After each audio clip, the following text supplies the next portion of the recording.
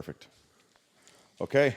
Well, we are on to episode 4 of this. I don't know why I keep calling it a podcast, like people are going to subscribe to it, but this audio recording. Now it's on to the best one, family. So, first question. Was your first pregnancy planned or was it a surprise? We never went on birth control. We just didn't do anything. So we hadn't really planned it, and it wasn't really a big surprise. But we just didn't take any means of birth control, and so no, it wasn't planned, and it wasn't a surprise, was it? No, it was. Did I suffer from morning sickness or other problems? No, not at all. Not 1 minute. The only thing I knew when I was pregnant is I got severe heartburn. Oh, wow. But that would have been later on in the pregnancy? About 3 months, I could tell. If I was 3 months along, then I started getting heartburn, and then I had it the rest of the pregnancy, and it was bad. Had bad heartburn. That was it. I think that was for all your pregnancies, Yeah. wasn't it? Honey? Yeah. She just get heartburn. Didn't get that morning sickness or anything like that. Anyway, we were in Calgary, and I went to Dr. Rowan in Calgary, and I went in first part of labor because, I was a young kid. I didn't know what to expect, so I went in, and I was 36 hours in kind of labor. And at that time, they never had epidurals or anything. And they really didn't break your water in those days either. It was about 36 hours that I was there. And then I was probably 4 or 5 hours in bearing down pains. So it wasn't an easy birth.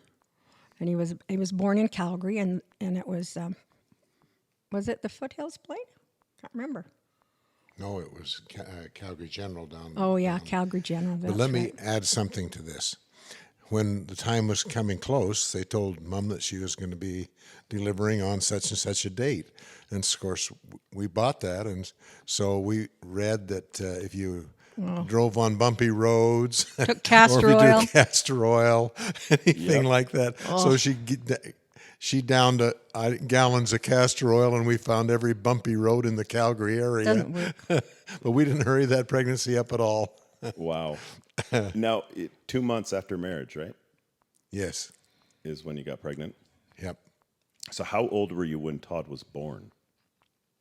You were 17 when you got pregnant, right? He was born June 1st, so I was almost 18. Was it 18? You were still 17. Yeah.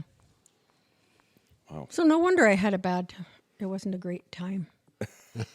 and in those days, you shared a floor, maternity floor.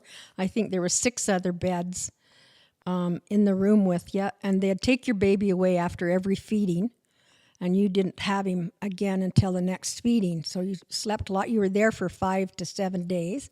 Yeah. And on the second day, there's a photographer that comes around and wants to know if you want to take your pictures. Well, he takes the pictures and then comes and wants to know if you want to buy them. So anyway, he came and brought these pictures to me, and it said Bunnage on the thing, but it wasn't my baby. It was because my baby didn't have very much hair. He had a little, but not much. But this baby that they brought me to feed, it was a baby that had tons of hair, and it was Belanger on the thing. And I said, "This isn't my baby." So they had to trek around the nursery to find my baby and bring him. So that was a little mix up. Todd's baby, on that baby picture, I took a little pin and scratched out Belanger because it was a B, and the things that wouldn't work, so that we had our own baby, not the other person's. Wow. Did that scare you at all, or was it just funny? No, it didn't really scare me because I pretty much knew what my baby looked like. How much did Todd weigh? 7-11. Isn't that funny? I can remember that because there was 7-Elevens at that time. Yeah. So I could remember that it was 7-Eleven. Wow. So, but so he wasn't a big baby. No, he wasn't. But you were 17, so he probably. But the only Derry was the biggest baby I had, but it was. No, my other kids were small babies. We'll just get to normal. that big beast in just a second, but. So when you had Todd, who'd you call first? I think Blaine went and called his mother. Yeah, called Mom. Do you remember her reaction? Oh, she was giddy. She Yeah. was so happy for us. And she came to Calgary and stayed a week with me. How long after his birth? When I got out of the hospital 5 or 7 days later, she was there for a week with me. And not my own mom, but Blaine's mom. My mom had all kinds of chances to take care of kids, so. Oh, I see. So she would have been up there if you'd asked. Oh, my mom would have been there in a second, but she had been with all Ramona's kids and all of Kathy's kids and stuff, but Blaine's mom had never had that opportunity, and so she just came and she wanted to. It's funny. I feel like I project how I feel onto how I think you would have felt as a 17-year-old girl, and it's just probably not. Because in my mind, how could you not be terrified or scared? You're 17 and you have a baby, but do you feel like you were prepared to be a mom? You know what, Brandon? It's really funny. It's just like I said, we were much, much, much more mature at that age than they are now, and so I always felt like I was a pretty good mother Absolutely. when they were first born. Oh, I don't mean a good mother. I mean, were you scared? No, I never remember. The only thing that was so frustrating with Todd is we lived in an apartment, and the bedroom to the other people's apartment, our bedrooms were right next, like our headboard and their headboard on the other side were in the same place. So every time that baby cried or anything, the people next door could hear it. And so that's the only thing he was a fussy baby. Every 2 hours, without fail. He had to eat. And so I was always so nervous because I was waking somebody else up next door. Oh. And so that was the only frustrating thing. The only thing that made me frustrated or concerned was just this baby crying and waking somebody else up. But Blaine's mom was really good. She'd come and get him and take him into the living room, which didn't adjoin any room, any other apartment. And so she really was good about coming and getting him, but it was after she left that was so frustrating, is that I tried to keep him. I remember there was several times that Blaine and I'd get up in the middle of the night and take a drive just to get him to sleep, because the car would always put him to sleep. So we'd get him to sleep and then go back to the apartment, and of course 2 hours later he was wide awake again. But anyway, that just goes with the territory. But I don't ever remember being scared or panicky or needing my mom or wishing that I hadn't had him because I was too young and I had lots of things to do. But that never entered my mind. And of course, Blaine, he was excellent help. I can still think of laying Todd on my chest and going there, well, to try to get him to go back to sleep. Was he quite colicky? He cried a lot. Yeah, he was not a really comfy baby. He was, yeah. He was a good eater. Was he afraid of wasps at all as a young kid? No, he wasn't. That's the No funniest. fear at all? No, No. not a fear at all. Now, when Grandma Faye came up there, Dad, what was that like, watching your mom with Todd? Oh, wonderful. She loved him to death, and she would come, like I say, almost. If we didn't go down, she'd come up. She couldn't stand not to be away from her little grandson. Now, where did you come up with his name? Richard Todd? I don't know. I just think, just like nowadays, you just kind of go through the books and find out which names were popular, and that seemed to be the popular vote at that time. So neither Richard nor Todd. It came from any family. We didn't know Richard French at that time. So had you known, you would have called him Richard rather than just naming him Richard. Well, we had thought about calling him Rick, and then, but then there was already a Rick in the Prince family. Yep. And so when we liked Todd, didn't we? Yeah. But if I had rolled back the clock, I would never have called any of my kids, and Todd's the only one, that I would use call him by his first name. Yeah.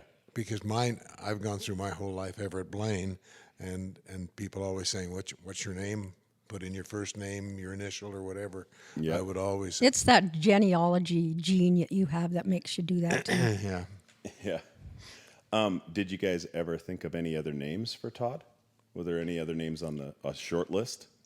Man, that's 50 plus years ago. I don't think don't so. know. I think that we both had chatted about it and just really liked the name Todd, and at that time a very popular name, Yeah. And so Not so much now. So we were very much in agreement with Now, so the reason I asked that is because when Tash and I were dating, I had already told her that I wanted my first son to be named Maximilian Blaine, so it could kind of have the two different names. So I wondered, did you not think of naming your kid after Grandpa or after you, or? Just in that day, it wasn't the thing to do, I don't think. No, Never. well, Leo, we're not going to put a handle like that on any of our kids, you Yeah. know. And Alexander, though, that's kind of a cool name. It wasn't back in the wasn't day. then. Wasn't Yeah. then. It was. I guess it didn't really come into vogue until you were born, Yeah. and called you by my name. Did you decide that right, like when Mom was pregnant with me, or did you decide yes. that after Todd was? No.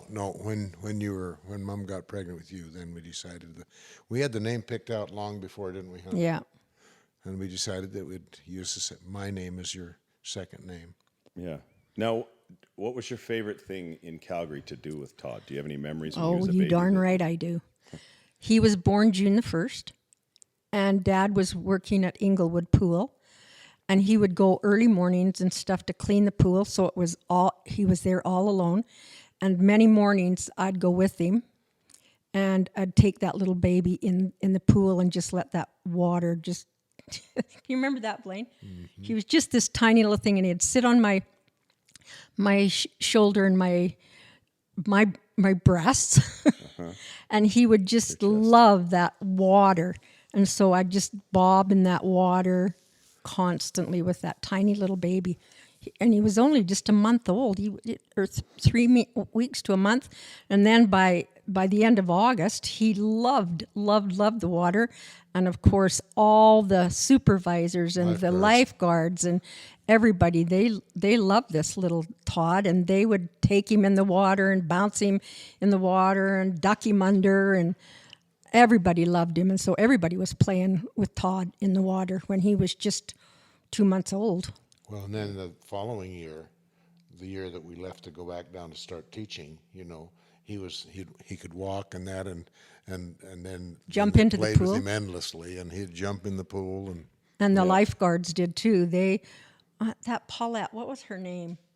Paulette what? And Hugh McKinnon, I remember him. But that Paulette, she loved Brandon. Yeah. Or Todd. I wasn't there. Anyway. So that was the favorite. This wouldn't be a proper podcast if she didn't mix up the names. Yeah, you know exactly. that, don't you? That's true. And now, for me, I couldn't wait until he started to walk, and this is crazy, but for him to stand on the car seat beside me, because my elbow out across him was his seatbelt. We didn't have seatbelts. Yeah. And for him to stand, and he'd stand right next to me with his arm around me like that, and that was just a neat feeling. That's awesome. Well, did everybody do that? Yeah, we never had seatbelts. You never heard of a seatbelt in those days. Everybody would do. Everybody. Everyone who had a 1-year-old kid, Your a little mini your me elbow in sitting up front on the. would be the seatbelt for your kid. That's awesome. So, did you guys have a park by the house at all in Calgary? Your apartment in Calgary? We were right downtown Calgary, so no. No, there was no park. And how long were you there before you moved back to Hill Spring? We were nearly a year in the one apartment after we got married, and a year in the other one. But Blaine, we were there for 4 years, so we're. No, 2 years, honey. Oh yeah, because you did it in Lethbridge. That's Yeah. true. So you were 2 years there with Todd. How old was Todd when Uncle Barry came and moved in with you guys for a month? He wasn't born. Huh? Yeah, he was. No, Todd, that was a mistake Dad made in that thing. He when Barry was living with us, there was no Todd. No. Dad made a mistake on that verbiage. Oh. back- Did I say that earlier? yeah. Yeah, in the last podcast you said that. That's not right because okay. Barry came to the Correct Newman that. home, and Todd. We didn't get Todd until we moved to the one on 9th. Oh, I see. Well, that, I mean, it makes it 12th. even, to be honest, that it makes it even more awkward that you used to come home from work with your brother-in-law just sleeping on the couch and no one else is in the apartment. Yeah. That's just weird and awkward. At least if Yep. Todd was there, you could occupy yourself with taking care of your baby. But Yeah, it was. Well, it was cut into awkward. our privacy. Oh, of That course. was the thing. It's such a small. And we were place. just barely married. Yeah, we well, hadn't I been see. married 3 months. So, and then there was no doors. I mean, we could shut our bedroom door, but there was no privacy. But honey, it wasn't. We weren't just married because it wasn't in the Newman apartments. It was in the 12th Avenue apartment. Where Barry came? No, it wasn't, Blaine, because I remember the Newman apartments. We had that little on the front. There was a place a sunroom, and we had a couch that out in that sunroom, and that's where Barry was. Oh, okay. I had it mixed up. Yeah, But- yeah. He never did stay with us on the 9th. It was at the Newman house, Grandma.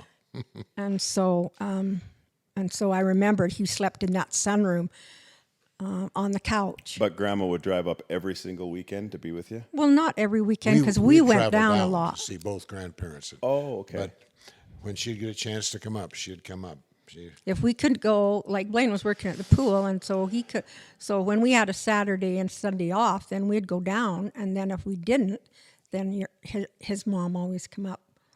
But Now, what, you were working at the Englewood pool?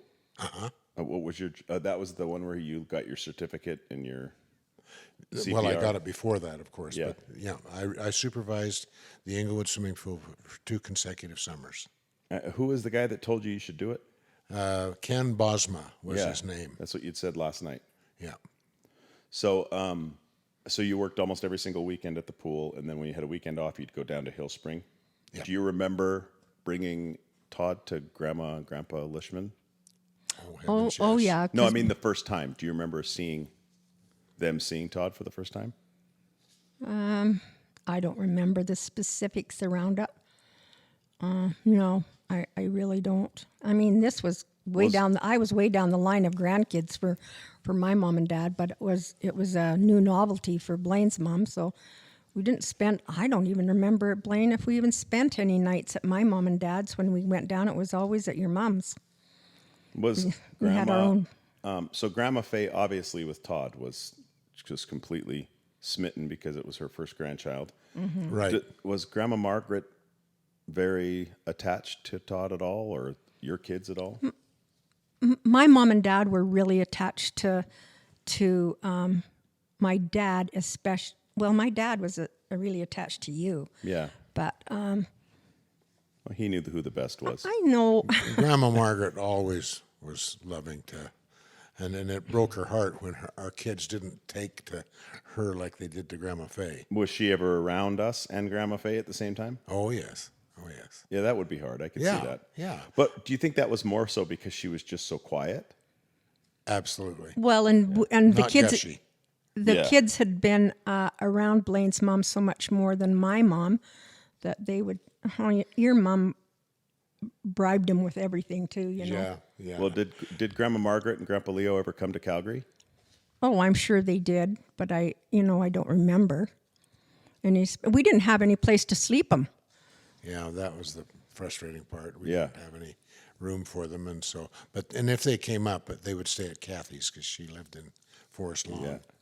So it's I know that with my own kids, I have much more vivid memories of Max's firsts than my other kids because he's your first kid. Yeah. Do you remember Todd's first laugh? Where you were? No. Remember He'd his show first off steps? for you, Yeah. you know. here, you could get him to show off. You'd say, Brandon or Todd, do this and this and this. And he'd, like, you remember, are you ready to say your prayers? And he'd go out and he'd kneel right where he was. He'd say, are you ready to say your prayers? And down on his knees he'd go.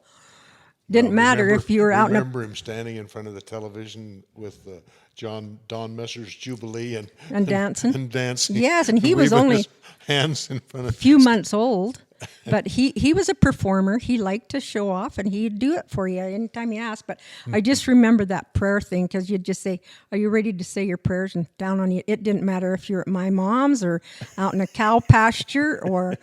in the front yard. In the front just yard. kneel down. Yeah, he'd just Oh, kneel yes. down, ready to say, and fold his arms. I think I have a picture of that in the book. No, But that's so funny, is because he'd just and fold his arms and just go down on his knees. He was ready. so where were you guys when Todd took his first steps? And that's easy. It was at Aunt Jean's. We went down there, and she gave him his first haircut, and then he set him on the ground, and by that time he was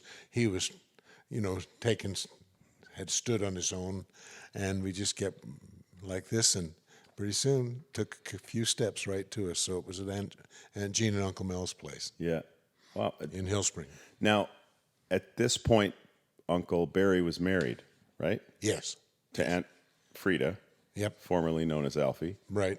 And Corbin was not born then, right? Oh yes. He was born in September. Todd was born in June. Okay. Corbin in September. And were they living in Calgary as well? Yes. So were you friends with them at that point? No, I don't think. no, Not even with Alfie? not really, because I think there was a jealousy, or they felt guilty around us, or what was it, Blaine? I don't know. That just didn't click in Well, until they didn't travel later. in the same circles we did. I mean, Yeah. it was we. At that time, she was a smoker and a drinker too, but so they just didn't. It just wasn't. I don't know. The conditions just weren't.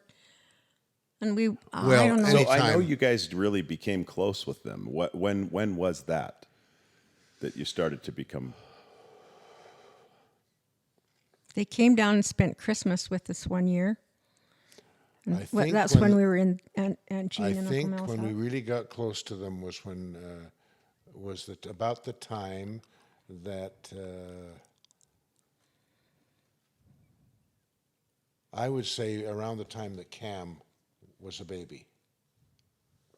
Yeah, because he was pretty little Because when they they came. spent some Christmases with us, and I remember her being pregnant with Chantel. Was it Chantel that she was pregnant with when I had the stethoscopes out? Oh, yeah. Or was that Yeah. Cam? No, I think it was Chantel. So, do you remember Uncle Barry seeing Todd for the first time? No. Did he No, come not- over and? Not anything that you would say. I mean, he loved him and Yeah. and that, and he was affectionate with him, but But you didn't. You didn't come over and hang out, or you guys No. weren't close. Barry with him? wasn't a baby person kind of guy either. Was he, Blaine?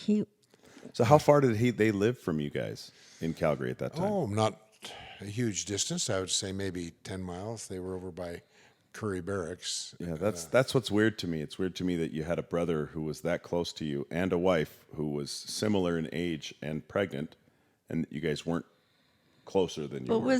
it was their drinking and their social life, Brandon, that just did not. They had friends that would come and do the That things. was later, though. I don't know, just Yeah, don't know, it that's just interesting. didn't I guess I click. just didn't know that. So when did you guys leave Calgary, and where did you guys move from there? Well, that all centers around our employment, and so the next question about what was your first employment is tied in with it. Yeah. And I phoned when I graduated, just before I graduated even, I phoned Grant Matkin, the superintendent of schools for the Cardston School Division, asked him if there was any job openings available within the division. And he said, as a matter of fact, we have an opening in Glenwood. And he said, are you interested in something like that? And I said, yes, very definitely I would be. He said, well, what's your major? And so I told him what my major was and my minor was and everything. He said, well, this is a multi-grade school through grade 12 at the Glen Hill School. And he said, if you want it, the job's yours. Wow. That was my interview. And so, Wow. so we had the job. We were excited as could be to return Did you home. know Grant Matkin before this? No. Okay. Well, he taught me when I was in grade 7. Yeah. But other than that, I didn't know Grant. And so then we decided we knew we had the job. And so the next month we debated back and forth, should we move to Glenwood? In fact, we drove down to Glenwood and looked at some places. But my heart still wanted to be in Hill Spring, Yeah. your mom and her folks Of and course. that. And so she demurred. She didn't necessarily want to live in Hill Spring, I don't think, but she demurred to my wishes.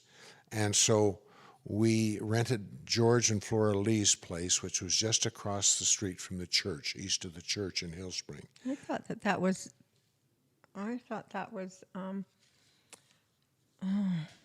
the Harker. Warren Harker? Yeah. Well, no, because Francis. Warren had built it. George and Flora, though, owned it, and they'd moved. And so we rented their place, and we were in there for about a year when Mel and Jean said, look, our place is available. And rent was much cheaper, and so we decided we'd move down another block to the east and in Mel and Jean's house. We had it fixed up really Mel and cute. Jean Cottle had a rental place back then? We had a nice garden, had a nice Yeah. yard. Dad kept it really good. And we loved that house. Yeah. So let's go back to why Mom didn't want to move to Hill Spring.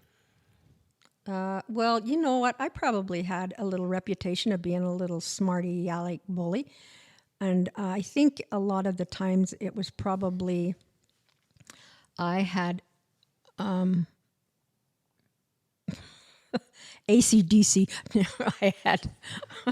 ADHD? I do. I do. And I just think you're called a brat then, but I probably had some of those kind of, yeah. So it was really your perception of Yeah, how and- people thought of you. Yeah. which- But Yeah. she wasn't adamant against it. yeah, yeah. Like she would be now. If I tried to move her to Hill Spring now, she'd divorce me. But she knew that's what I wanted, and so she said, okay, that's fine. And so because we looked in Glenwood, but we're not Glenwood people, we're Hill Spring people. Yeah. And there's that rivalry that went on and everything, and maybe we could do something to help that out. So how was your commute? Pardon me? How was your commute? How far was your commute to? 10 miles. Oh, So that wasn't a biggie at all.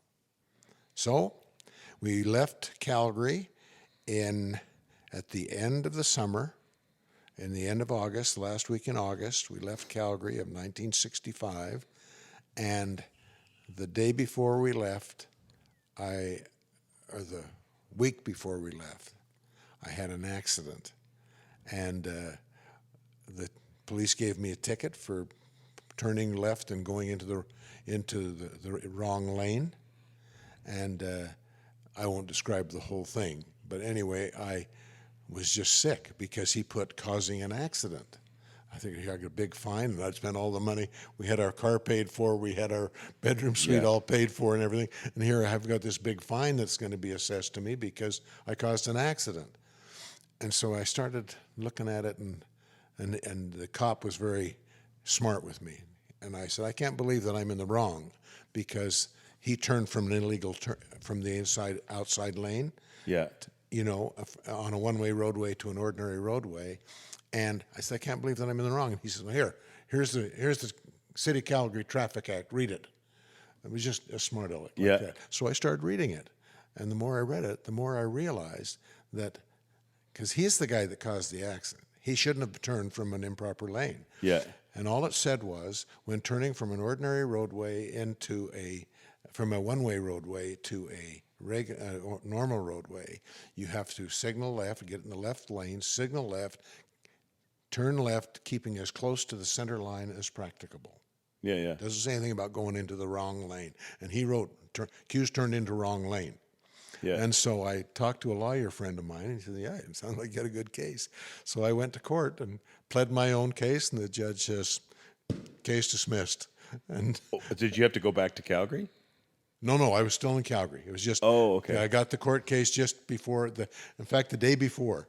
And so let me tell you, We were doing a happy dance. one happy guy when I walked out of that courtroom. He was wondering why he didn't go into law. Yeah. Yeah, right. You know, back in this Hill Spring days, I think that those years that I spent in Hill Spring were some of the best years that I had with my mom, because I left when I was only in grade 11. I didn't know how to sew or cook or do a darn thing. But when I came back with Brandon, I didn't work. Todd? With Todd, I didn't work. And so I would, after Blaine would go, I'd clean house and then I'd go to my mom's, and I learned how to cook. I mean, she taught me how to do bread, and she taught me how to do cinnamon buns, and you know, to fix and prepare meals. And I learned a lot of domestic traits that I have now from my mom during those Hill Spring years. So Not to mention that Todd loved to be over Grandma and Grandpa Leo and Yeah. Marcus. My dad was a tease. He always had a cane. He was always teasing Todd. And Did he have a cane when you were young? yep, I never remember my dad ever without a cane. Why? Arthritic hip, probably from. In his 40s? Oh no! He was when we got married. We married in '63. No. Mom said she never remembers. Well, I can't remember. So it would have been in the 50s even if no. Mom... Not in our married life. Yeah. In our married life, because he was 60 plus. Yeah. Yeah, I don't remember my dad hardly ever without a cane. So he must have had it in or his 40s. limping, always limping. Yeah. But anyway, those were the good years of Hill Spring. That taught me a lot, is to be with Mom. So tell me more about your first job that you had, Dad. Was it daunting to be a teacher? Well, the range of grades was from K to 12. Yeah. And so I taught, biology 10, 20, 30, social studies 10, 20, 30, chemistry, and then I went down and taught music at grade 5. Wow. I taught phys ed to grade 7 and 8. Did you ever admit you didn't know what you were talking about? I had 13 different preparations that first year. Wow. And to top that off, I had my Uncle Jerry, my cousin Don, my cousin Vicky, who had all returned back to grade 12 to get their grade 12. You had to teach them all? Uh-huh. Yep. Wow. Did you feel prepared? You know, I worked hard, but I included the story in my book of when this high school inspector came to visit my class. Yeah. And he visited my class, and then he left, and my colleagues all said, well, that's the last time you'll see him, because he said, I'll come back and visit you another time. Now, he'll never be back. They just come one time, and it's done. And so he came back and caught me totally by surprise, because there was a chapter in the Bio 30 book about conditioned response. And I had only a chance just to skim through it. I was not prepared to teach that. And so he shows up, and here I'm studying, trying to get this conditioned response lesson ready, because I had a spare. Yeah. I didn't have a spare. I had phys ed for my grade 8 class was going on, so I let him play softball. And so then I went back in and pouring through my notes, trying to get on top of this so I could teach that next class. Well, he knocks at the door and says, oh, Mr. Bunnage, there you are. I wanted to see your phys ed class. So I said, oh, sure, come on, let's go. So I said, I've got my teams divided off. They're playing softball. I was just kind of finishing up my prep for this next class. And so they're over here. And so anyway, we went over there, and that went well. And then he said, I'd like to see your biology class. Oh. And I'm thinking, what am I going to do? Because I did not know the material like I needed to know. Because I would have put the kids into reading, giving me some chance to really prepare. And I had just taught the Bio 20, a genetics unit, the period in the morning. Yeah. And so, and I had taught that to the Bio 30 kids the day before. Yeah. And so they knew that they were supposed to have read this chapter on the conditional response. And so I started the class and I said, now, while it's fresh in your mind, I want to review that genetics. I'm not sure all of you are really on top of that. So let's go through that again. Did you really care about that? Huh? Did you really care about No, I was covering my arse. And so anyway, I asked these questions. The guys, they responded. I knew they knew it because we had just done it like this. And man, the class went great. I got this glowing report from Bill Duke, the high school inspector, to give me my permanent certification, And thought, man, did I ever do a number? And the next day, I'm ready to start my Bio 30 class on the conditioned response. Hand goes up, and it's Randy Oviatt. And he said, I said, Randy, you have a question? He says, yeah, Mr. Bunnage, I was going to ask you yesterday, how come when a visitor comes to class, you always change the class? I said, you dog. And the whole class started to laugh because they knew that I had cheated on. Oh, that's funny. That is funny. But anyway, I had 13 preparations to take care of in my defense. And so trying to keep on top of all of those was Okay, we've got to move on quickly, you guys. Time's passing, and this is... Mom, we got all day. Okay, so describe where you lived in Hill Spring. We did that. I lived right on Main Street. No. And our married life. Your married life. Oh, well, we did that. We lived right across from the church and then down to Mel & Jean's, a block away, so we kind of covered that. So when you were down at Mel & Jean's, how far were you from Grandma Faye? 2 A blocks. block. Wow. Well, So 2 was- blocks, 2 really. blocks. So was Todd over there a lot? Yeah, and he's probably over to Grandma and Grandpa Lishman's more. Yeah, at that time. Really? Tell him the story about when he was 2 years old and he was creating a fuss at your Oh, grandma. yeah, my mom and I were at her place, and I can't remember what we were doing, but she was teaching me something, and I said Brandon or Todd was just being a little butt. He was into everything and couldn't get it done. And I said, "Oh, I need to take you home and put you to bed for your nap." And I never thought anything about it, and it was just a block away. We found him over to the house at our house in his crib asleep. So he heard you say He'd that. said, old. "Yeah, you need How to old? go. 2. You need to go home and." He went out, and unbeknownst to Mom, Yeah, to walked us. clear over down Main Street into our house, got in the house, Got in his climbed crib up in his crib. and went Wow. to sleep. And we How found. long were you looking for him? Oh, we looked for him for what, Blaine? I can't remember. Half an hour. We were frantic. We went out to the barn, out to the chicken Sick. coops, up to the pigs. We had gone over to Grandma Faye's thinking he was there. We looked through the alleys. We couldn't find Holy, him. that must have been terrifying. Yeah. And so I think Blaine had just got home, so we went over to the house and went into the bedroom, and there he was in his Sound asleep. sound asleep in his crib. Wow. So did you guys have friends that you'd hang out with when you were there Oh, yeah. in Hill Spring? Alan and Anna Campbell were a couple Nonstop. of our best friends. And Keith and Mickey that we've talked about before. But when did you start to, because Mom said you didn't hang out with Keith and Mickey until later on. So is this when you started to become, when we lived in Hill Springs. so how far did they live from you guys? 1, 2, 3, 4, 5 blocks. 4 or 5 blocks away. Yeah. Blocks. And Alan and Anna were just a block away. Yeah. Who were your next door neighbors? We didn't have one really. That was a teach-reach right next door Yeah. to us. I don't know who lived there. But you weren't close with your No, next door no. neighbors or not? No.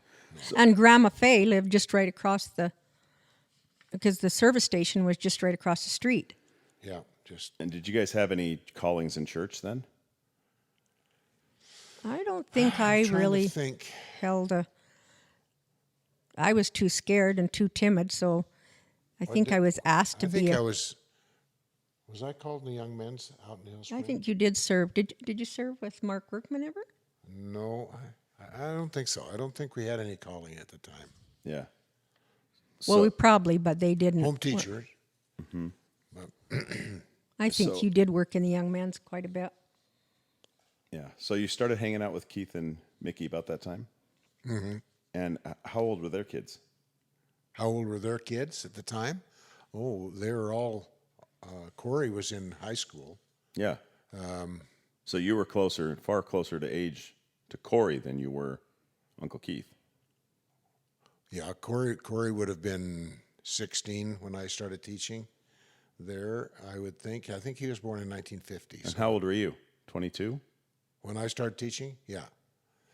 And but see, Corey was born in 1950. I was born in 42, so I was 8 years older than Corey, 10 years younger than Keith. So Yeah. yeah, you got a point. I didn't realize. Yeah. But I think they had most of their kids by then. Let's see. Yes, they had all their kids by the time that we moved back. Yeah. So their whole family. Steele would have been. I think Steele was born in 62. Yeah. So So is that probably bound you guys together as well to yeah, and we loved their kids, and the kids they loved to play with Todd and Yeah. that, and their girls were. We just had a close relationship. Mm-hmm. Al and Anna we liked to go camping with, and in fact we were with Alan and Anna. They had their truck and camper. We did a lot of boating when we lived there too. You taught swimming lessons out at the dam, and so we had a boat. We bought a boat of Grant Harker's, and we did a lot of boating. And I think Alan and Anna and their kids did a lot of boating. Well, they'd go out with us, and he was a fisherman, but he would fish. We'd boat. Remember? You taught swimming lessons at the dam? Yep. Whoa. That's cold. Yeah, it'd be about like out here. Yeah. So, what were some of the things that you used to do with your friends? Camping. We like to camp, and I was just starting to say that I remember one time vividly, Alan and Anna and Mom and I drove up in the Kananaskis, and we stopped at Dutch Creek, and they had a little truck and camperette, and we did too, and we just backed it right down by Dutch Creek, the stream, so we could hear the stream gurgling all night, and after we had the bonfire and everything, and the weenie roast and that kind of thing, and retired for the night. We got up in the morning ready to go home, and I just pulled out, and a wolverine ran right across in front of the truck. First time I'd ever seen one in the wild. Jeez. And so, how many kids did they have? Alan and Anna? Yeah. Was Darren born then? Bobby and Vicky and They just had Bobby and Vicky and Donna. Well, No, I just meant at that time with Todd, when you had one baby, how many did they have? I think they had 4. Well, but their kids were older though. Yeah, their kids were Was Todd close to their kids? not really. I don't think No. overly. So did Todd hang out with Steele a lot? No, not then. No. Not a lot. Remember, he's just a little guy. Yeah. And so most of the time he was spent time with his grandparents. Yeah.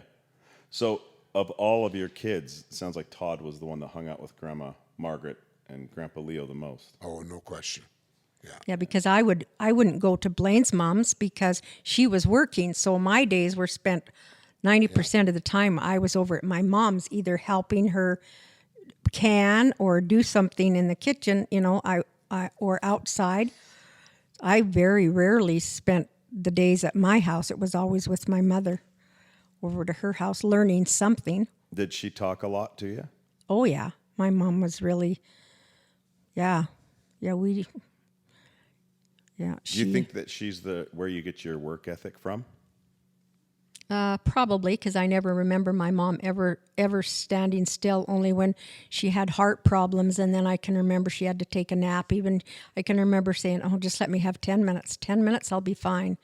And then she'd get a 10-minute nap, and then she'd just burst, and she'd have all this energy, and yeah.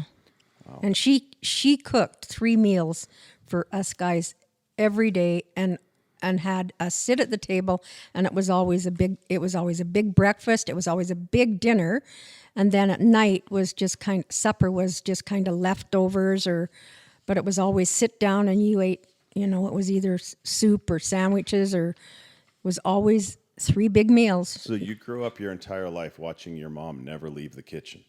pretty much. Oh, Mom never explains was. a lot, huh? Mom was never, ever one to go out in the hayfield and work with my dad. My mom never had a driver's license. She never learned how to drive. She couldn't take meals to the farm for their lunches or anything because she didn't know how to drive. So they would always come home at lunchtime for a big dinner, and she'd always have a big dinner, and then she'd just get the mess cleaned up, and then she would Start again. start again. Now, But she ironed everything. Yeah. She was a big ironer. But her house and her floors, she never had a carpet, but her floors were meticulously waxed, and I can And remember. it was the ugliest old patched linoleum too. Yeah. But yet they just Glistened. But I can remember Dad bought her a polisher, and it had three polishers, 3 rotors on it to polish the floor. And I can remember as a kid standing on that, and she'd swing us around the kitchen, shining that floor up till you could almost see your face in the floor because she had it all shined. But you weren't on it just to ride it. You were putting pressure on it. Oh no, we were on it to ride it. She didn't need the pressure on it whatsoever, but it was just a crazy ride for us. Yeah. Was there a lot of humor in that home? Not really. Not at my mom and dad's. Everything was pretty much serious. So where'd you get yours from? Where'd you get your prankster side from? I'm not sure. My dad was. I think the Lishmans were big teases. Yeah. The Harkers were very serious, church-oriented, everything. Yes. They were very, very boring. Both Grandpa Leo and Grandpa LeVar Were would tease you and all the kids. all the kids to no end. Yeah. So she comes by it naturally. My dad the had Lishman side. Yeah. My dad had a sense of humor. I remember after my mom died, he wanted his zipper replaced in his pants. Yeah. Now you know where I'm going Yeah. with this. Yeah. I remember the story. Tell it though. It was I didn't know how to put a zipper in. Anyway, he came up one day and wanted the zipper done, and I said, "Dad, I've never put a zipper in. I don't know how." So anyway, the next day he come up and he had this twine string tied in his zipper and over the head, over his thread around his neck, and then back down to his belt loop again, keeping the zipper to his pants out. And I said, "Dad, you're not going anywhere downtown or anything like that." And he says, "Well, I am if you won't fix this zipper." I said, "Well, Dad, you can't." So I think what happened is he finally took it out to the Hooterites, and they put a new zipper in his pants. But Did he do that to try and coerce you to fix oh it? yeah, Sure. of course. But so my dad had quite a sense of humor, don't you think? Oh yeah. Yeah. Oh yeah. So I think that's probably, and I think most of the Lishmans did. LeVar did. Grandpa LeVar had quite a, but they were endlessly on my kids, teasing them. Did they have any habits? Did they play any games? Did they play sports? Did they like that? You know, I think LeVar liked horseshoes. Remember, he had a horseshoe pit. I don't ever remember my dad over there playing much, but I remember LeVar over in his backyard, the back where that bunkhouse was. I think he had some horseshoe pits, and I think he got that from the Jackson. I think Well, that was the kind. Both of them loved rodeo. Yeah, yep, they did. That was. And when was you big. came And back- Grandpa LeVar loved hockey. Yeah. Did he play? No, he just loved to go over to the Pinch Creek to the games over in Pincher or out to Kainai to see the hockey out there and Have you kept up with those Hill Spring pictures on Hill Spring my- memories. Oh, you fun. haven't, Brandon? They're fun. As soon as we're finished this podcast, I'm going to show you how to get on there, because there was a picture of Grandpa LeVar when he was probably 26. He was a very, very handsome man. Really? Really. I've got to get you on that, because those pictures were unbelievable. Which begs the question of why Hazel? Oh, we can't publish this, Dad. And honestly, he was a very nice looking man, and I can't believe how thin my dad was. My dad wasn't as good as looking as LeVar, but LeVar was a very, very striking young man. Huh. Now, did Todd have a special bond with Grandpa Leo? He was there, and was Aunt Shirley still in the home? That's the question I wanted to ask. Shirley wasn't No, in there. Shirley married. Shirley had gone to work and got a job, and she was working, and so no, she wasn't there. And so it was just my mom and dad that were living in the house. Did Todd have sleepovers over there? Oh yeah, yeah. My mom and when he got a little older, my mom and dad and it was funny because they'd just build a nest out of two chairs you put together. You know, big those big round tub chairs, and you'd put them together, and then you'd put quilts in there, and he'd nestle down in there. Yeah, he slept over, but not often. Yeah. But he did have sleepovers, and he slept over at Blaine's mom's more. Yeah. So when did you guys start thinking about dairy? I don't know. I think it was just we were ready for another baby.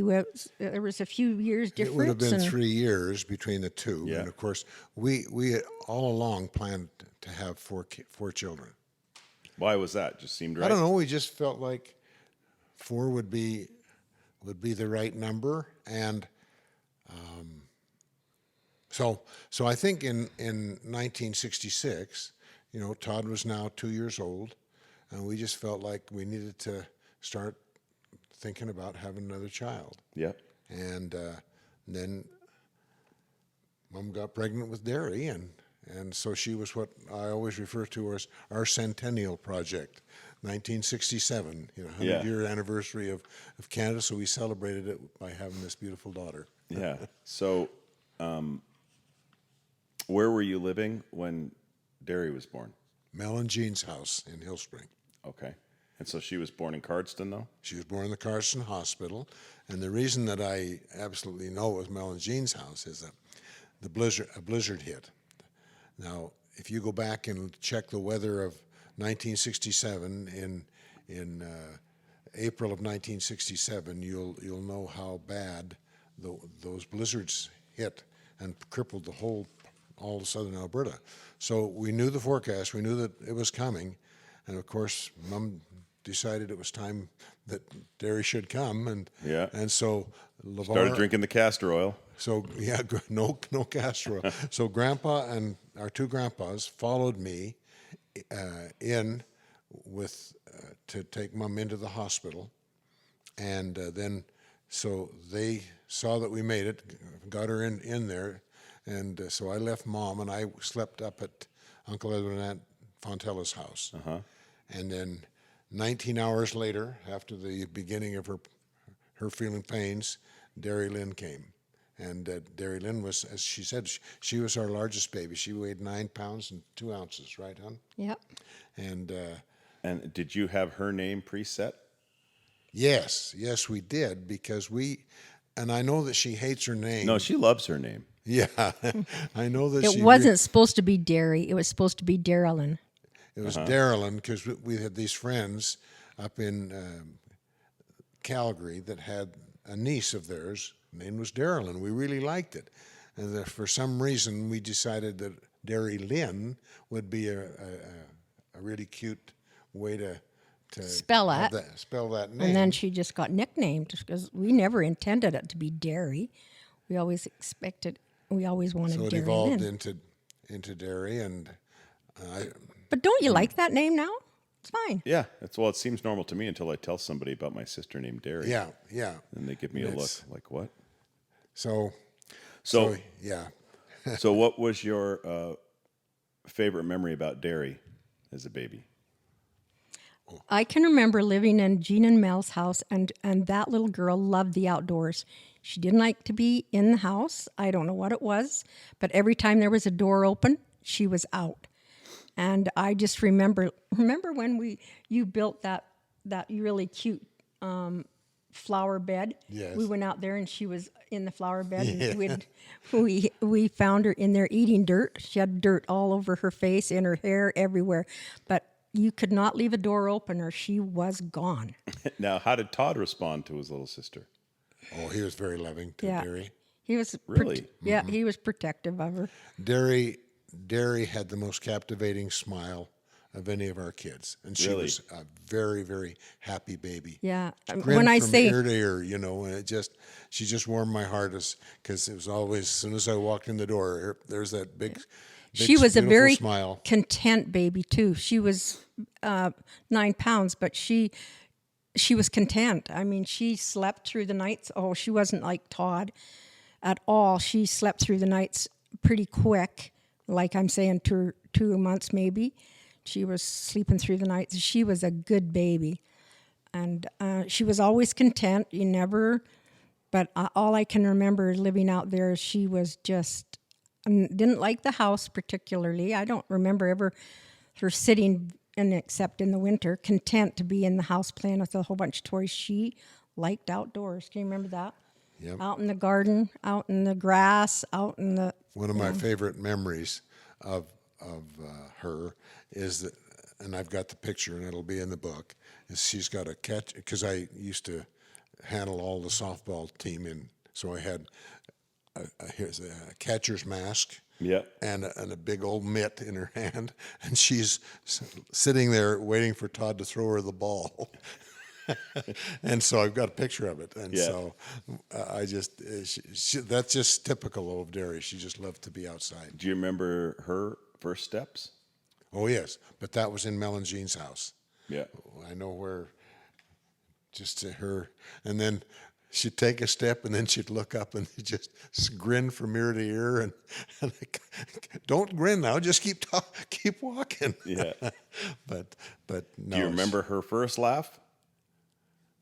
No. It was always there. Yeah, she was Just always a seemed right happy, from smiley. Right from the beginning, she. Now, did she take to Grandma and Grandpa Lishman like Todd did? Was she over there as much as Todd was? No, not as much as Todd. Why do you think that was? I don't know. I think I had to lug 2 kids over there all the time, so I didn't spend nearly as much time over to my mom's as I did with Todd, because I had to lug 2 kids instead of just one. Mm-hmm. And it was a little further for her to just, like I could say to Todd, why don't you just go over to Grandma's for a while? And then I'd call Grandma and say, Todd's on his way, watch for him. But when Derry was born, we were down in Mel and Jean's house, and it was another block away.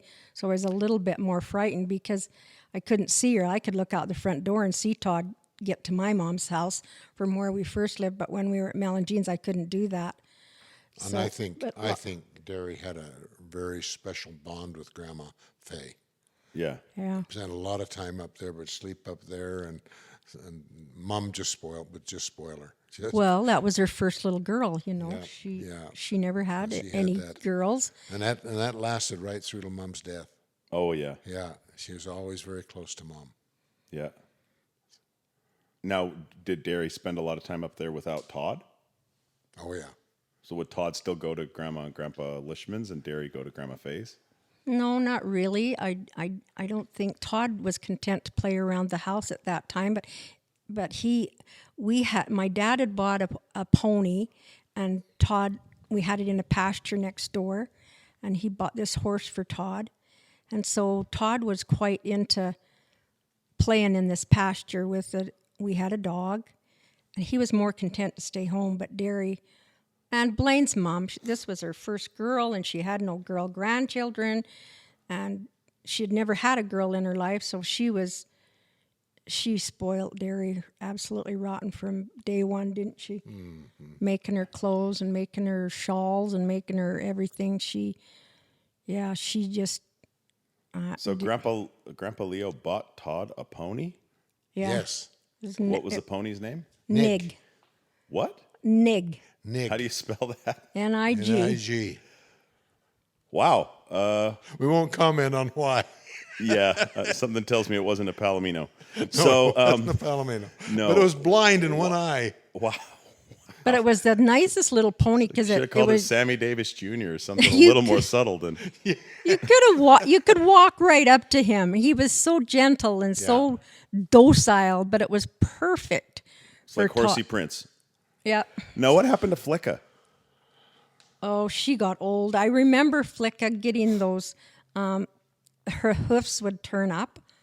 So I think Dad had to finally put her down. I don't think we ever went out and found her dead. I think she got a hoof disease or something, and the hoofs would turn up. So I think Dad had to finally shoot her or put her down or whatever.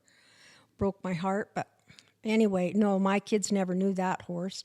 But Now, when did you guys decide to move to Cardston? Why? Can you pause for just a minute?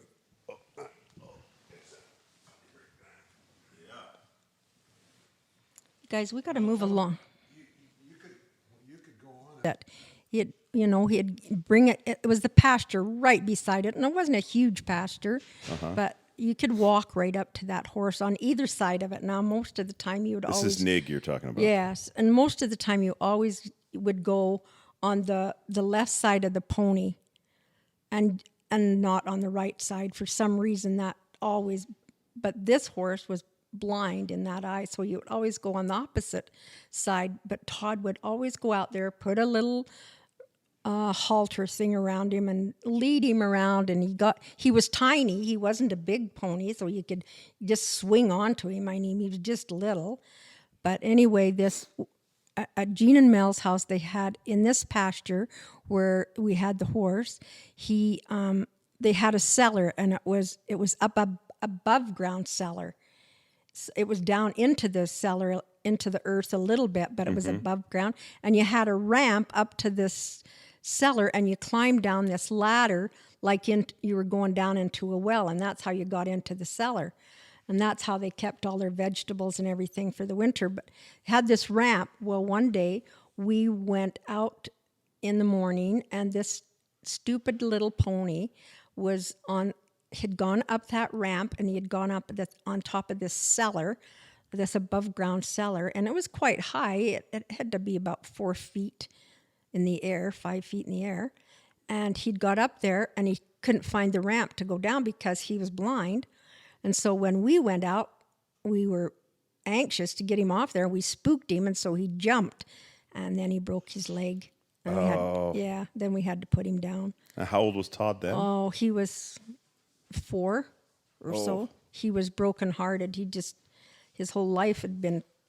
This Nig? Yeah.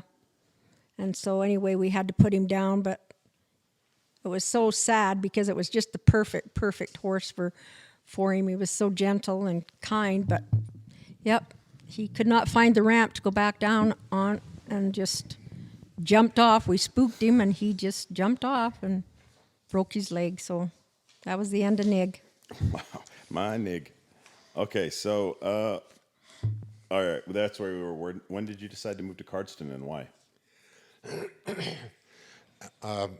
The high school closed in Glenwood at the Glen Hill School, and so I stayed on and taught at the junior high elementary level for 1 year, and I didn't like that. Actually, hold on one second. Here's what I'm going to do.